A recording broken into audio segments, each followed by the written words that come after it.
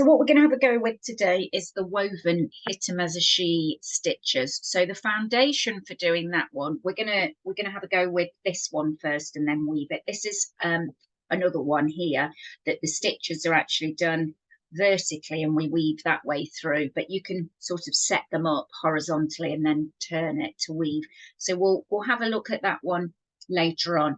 But for now, we're just creating again this staggered rows of horizontal stitches, and then as you can see here, we're not then doing every one crossed, we're doing every other row crossed. So what we're doing to start with is just drawing out a grid, and we are going to stitch half a centimetre horizontal stitches. So I've just drawn up here a 7 by 7 centimetre grid, so you can just start by doing your horizontal stitches half a centimetre long, half a centimetre apart, and then stagger those on your next line.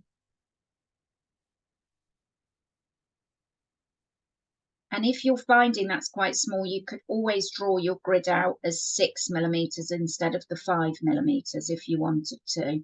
But this is just what we're aiming for to start with. Here, so these staggered stitches. So I'll let you set up for that now, and then I'll show you how to do the crosses and then the weaving.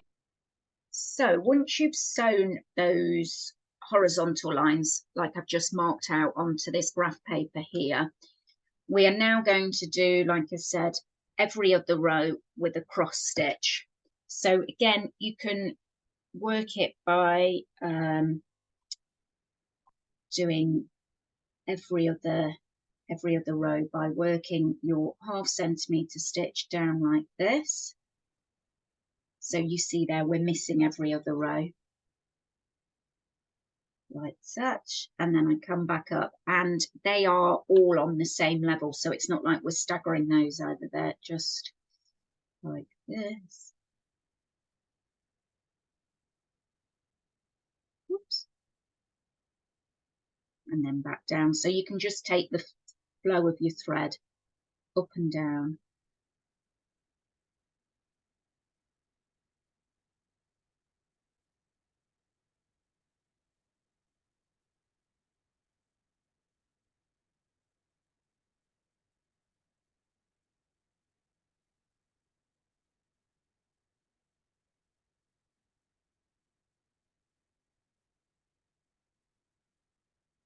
I'm just marking this on because it's going to look sewn.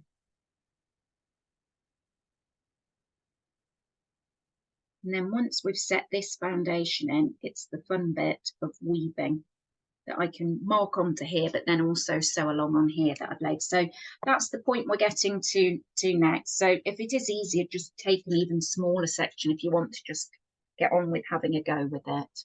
Got lots of time.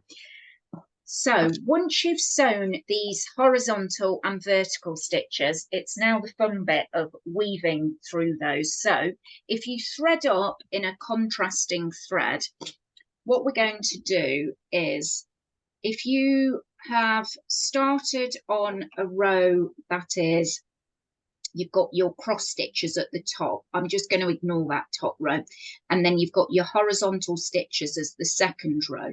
I'm going to just come up from the back halfway behind that stitch there on the left, on the right. If you haven't got a stitch and your pattern actually finishes like this, where it's just finished on a cross stitch, if you just come up on the row of the horizontal stitches on the edge of your piece of your sampler, if you like, so you're just starting on the right where would have been a stitch. So if you haven't got that stitch down, just come up on that level to the right, and we're taking the thread under that cross above, and then we're just going diagonally over and carrying it under this horizontal line here. So use the blunt end of your needle to thread through. We're now going down to the next row of crosses, and then back up the horizontal stitch and up to the third one along, cross stitch. So you can see here we're missing every other cross stitch on the rows because you then go back and weave the other way. So now I'm going to drop it down. So all the horizontal stitches do is carry and hold your thread in place. So I'm just doing this zigzag to start with.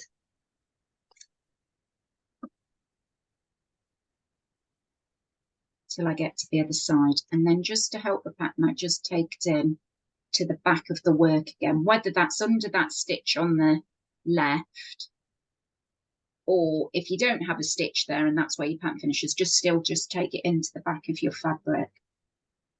So if I was to draw it on here, I'd go up, down, like this. So it passes through every horizontal stitch, but misses out every other cross stitch. So here where it doesn't have a bar stitch, I'd just take it through to the back of the fabric there. So that's our first point to get to. Then the next thing that we do is we come out just next to where we've taken it into the fabric.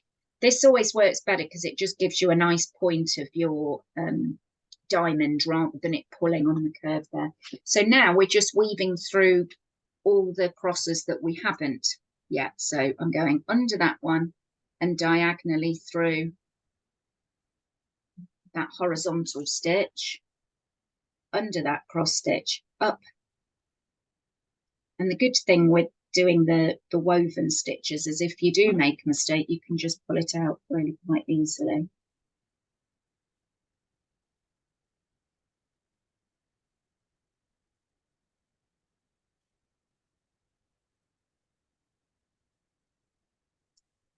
And then I take that through to the back. So that's our first run there. Then what I'll do is drop down a row and we go into the bottom of those crosses here till it's all full. So now I've done that first row, I'm now going to go down onto the row below. So here I've just taken it behind the cross stitch. I could have finished here behind this dash stitch, but it just depends whether you're finishing on a dash or a cross. So I'll work this way as if I've got a cross on the edge. So I'm coming up again. I've just taken it in behind the cross and I'm now just coming up behind it again. If I just looped it round, it would just give a bit of a curve to the diamond. So this just helps it get the shape. So now what I'm doing is, again, I'm going diagonally through the horizontal bar under that next cross. So this is our first zigzag row.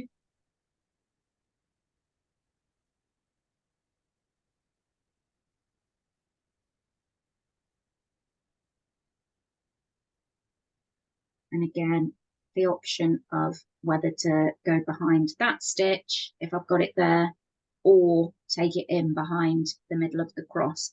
But I'll just, for this side, go in here at the dash and then come up above it.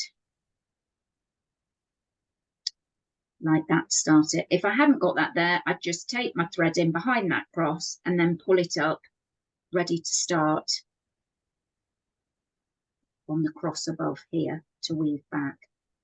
So now I'm going to take this under this one. So you see it start to take the shape of the pattern now.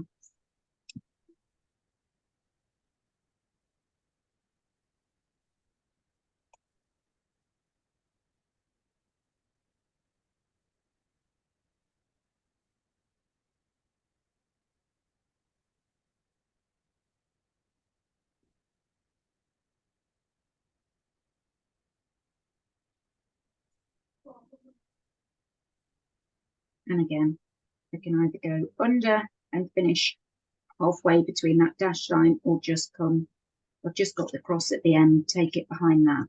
And then you work down the row. So all the pattern begins to blend together. Once you've done quite a few rows, you just get rows and rows of diamonds until you're finished. So just to show you on the drawn diagram, I just did the first line, just showed you there, then came back,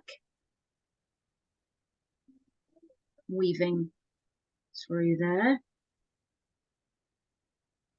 and then worked down to the next row. So I'd either come back up sorry, drop down onto the horizontal line on the right and begin. Or if I finished on a cross, just come back up behind the middle of that and start the next row there of zigzags.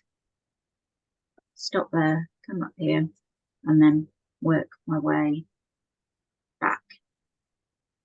And this creates that diamond pattern, and you just keep completing it. You could change colours if you want to, or keep all your colours the same.